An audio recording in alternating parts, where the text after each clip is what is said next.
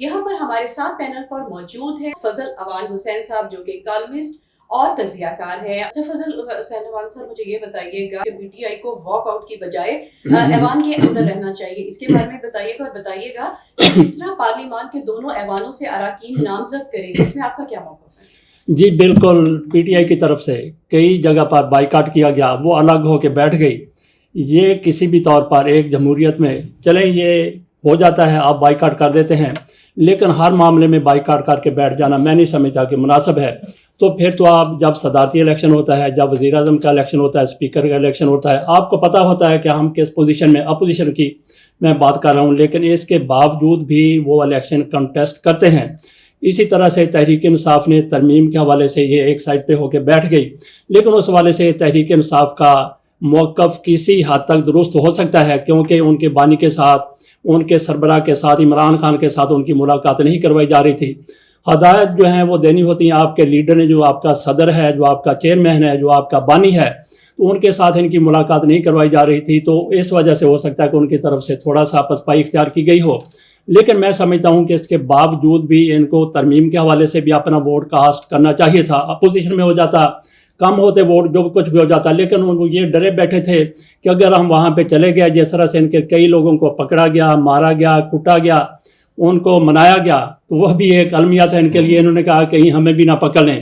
تو بہرحال اب جو صورتحال ہے ان کی طرف سے، میں تھوڑی سی یہاں پہ اپنے لیے وضاحت کر دیتا ہوں، اوروں کے لیے نہیں. ایک تو ہے سپریم جوڈیشل کونسل، وہ الگ سے ہے، اور اسی طرح سے ہے جوڈیشل کمیشن آف پاکستان. یہ کمیشن ہے جس کی بات ہو رہی ہے. ہو سکتا ہے ہم بات کرتے ہوئے سپریم جوڈیشل کونسل کہہ دیں، لیکن ہمارا مطلب یہی اشارہ اسی طرف ہے کہ جو جج تعینات کرنے کے لیے ججوں کے حوالے سے جس طرح سے 26ویں ترمیم کر دی گئی، اب تو اے سی آر بھی ان کی لکھی جائے گی ججوں کی اس 26ویں ترمیم کے مطابق. بہرحال وہ ایک الگ سے ایشو ہے. تو اب یہ ہے کہ اس کمیٹی کی طرف سے، اس کمیشن کی طرف سے ججوں کی تعیناتی ہونی ہے. سپریم کورٹ کے اوپر انہوں نے مانیٹر بن کے بیٹھنا ہے.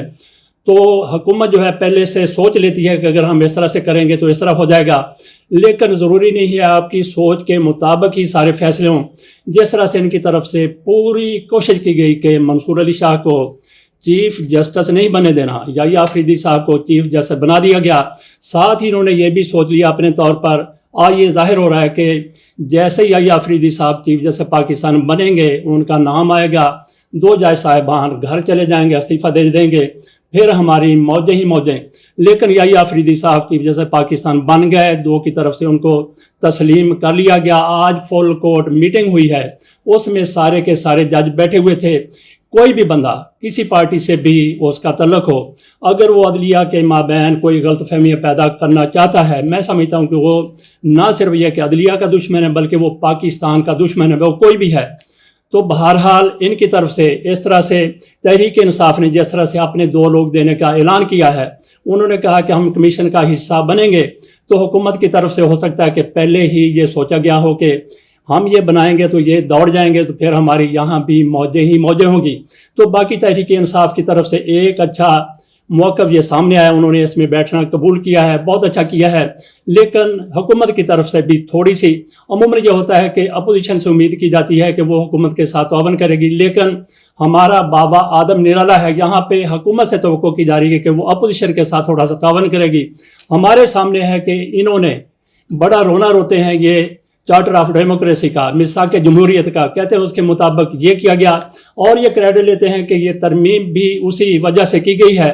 جبکہ ان کی حالت یہ ہے کہ پی اے سی کا چیئرمین، پبلک اکاؤنٹ کمیٹی کا چیئرمین وہ اپوزیشن کا ہونا چاہیے، اس طرف یہ حکومت آنے کے لیے تیار نہیں ہے. اس طرح آپ بتائیے گا کہ دورے چین کے موقع پر $8 ارب کا جو ڈیولپمنٹ قرضوں کے بارے میں بات چیت ہو رہی ہے، اور اس کے ساتھ ساتھ سی پیک کے معاملات کے لیے بھی قرضے دیے جا رہے ہیں، تو اس کے بارے میں آپ کا کیا موقف ہے، کیا کہیں گے آپ؟ جی تو کسی شاعر نے کہا تھا، شاید وہ شاعر نشئی تھا، جس نے کہا تھا کہ قرض کی پیتے تھے میں اور کہتے تھے کہ ہاں رنگ لائے گی ہماری فاقہ مستی ایک دن.